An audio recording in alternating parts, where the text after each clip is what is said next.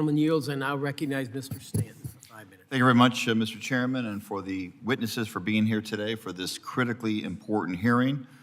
I also want to extend my thank you to Laurel Grant and Amy Hunter for being here and to represent all families of the victims of that horrific crash that occurred just last month and just a short distance away from where we are sitting right now. Our skies are busier than ever. Safety has to be our #1 priority. This committee has sounded the alarm about aviation workforce shortages, particularly air traffic controllers, for years. The issue has never been partisan. As my colleagues have said, we worked across the aisle to craft and pass the bipartisan Federal Aviation Administration Reauthorization Act of 2024, and it passed the House overwhelmingly. This bill lays out a clear roadmap to improve our air traffic control system, including hiring more air traffic controllers to address critical understaffing issues and updating aging air traffic control technology and systems, many of which are decades old. Paper strips and floppy disks, as Mr. Callio has recently testified.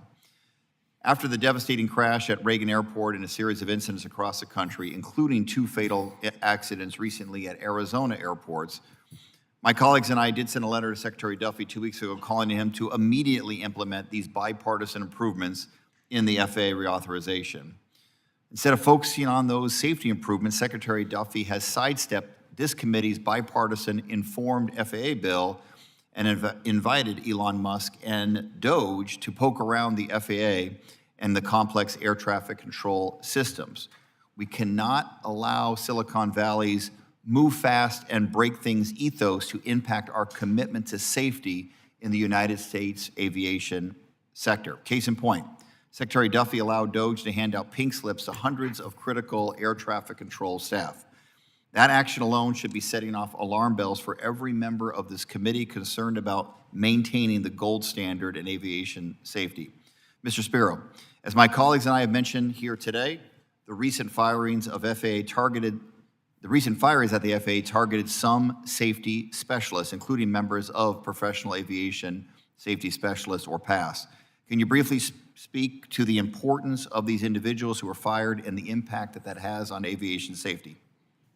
Congressman, thank you for the question. Thank you for recognizing the folks that we represent. I've brought up a few of them here today, but I'll talk about another handful of people. Telecommunications specialists. Some of them were fired because they're probationary employees. They have a very specific field of expertise when it comes to, and Mr. Daniels was talking about telecommunications issues.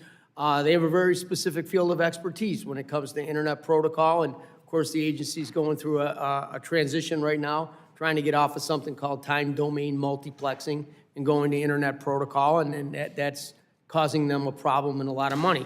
In the midst of that, we fire some of those folks.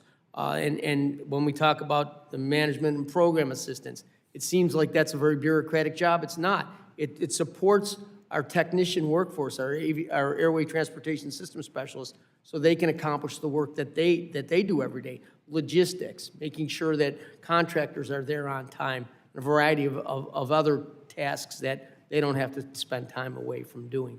I really appreciate the answer. Mr. Daniels, excuse me. Some in the industry are calling for limits to Article 114 activities, which obviously promotes labor management, discussion, conversation on improving our national aviation systems, including safety. What would be the consequences of changes in relation to aviation safety? Congressman, I appreciate the question. There's no better example than between 2006 and 2009. When the FAA and the NACA did not have an agreement in place, there were 0 technologies implemented or actually deployed to the field for 3 consecutive years when NACA SMEs weren't, subject matter experts weren't involved. It cannot be a system where you don't involve the very people who work with the equipment day in and day out. Leadership 101 is you go and work with those closest to the issue. We are the ones closest to the issue. We will continue to seek solutions that are a cost savings to the taxpayers, and that is our commitment. We really appreciate that, and bringing labor and management to the table has real benefits, including on aviation safety. Finally, we can be creative in finding solutions to staffing problems. The FAA Contract Tower Program is one of the FAA's most successful government industry partnerships.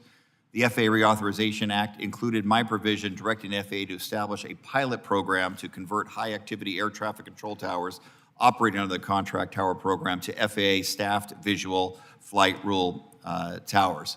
And I just wanted to make note that that is a program that we need to implement and move forward with. It's important to my district, including Phoenix Mesa Gateway Airport, and with that, I yield back. Gentleman yields. Mr. Master, recognized. Thank you, Chairman. I'm like everybody else, I'm going to pick on Mr. Daniels.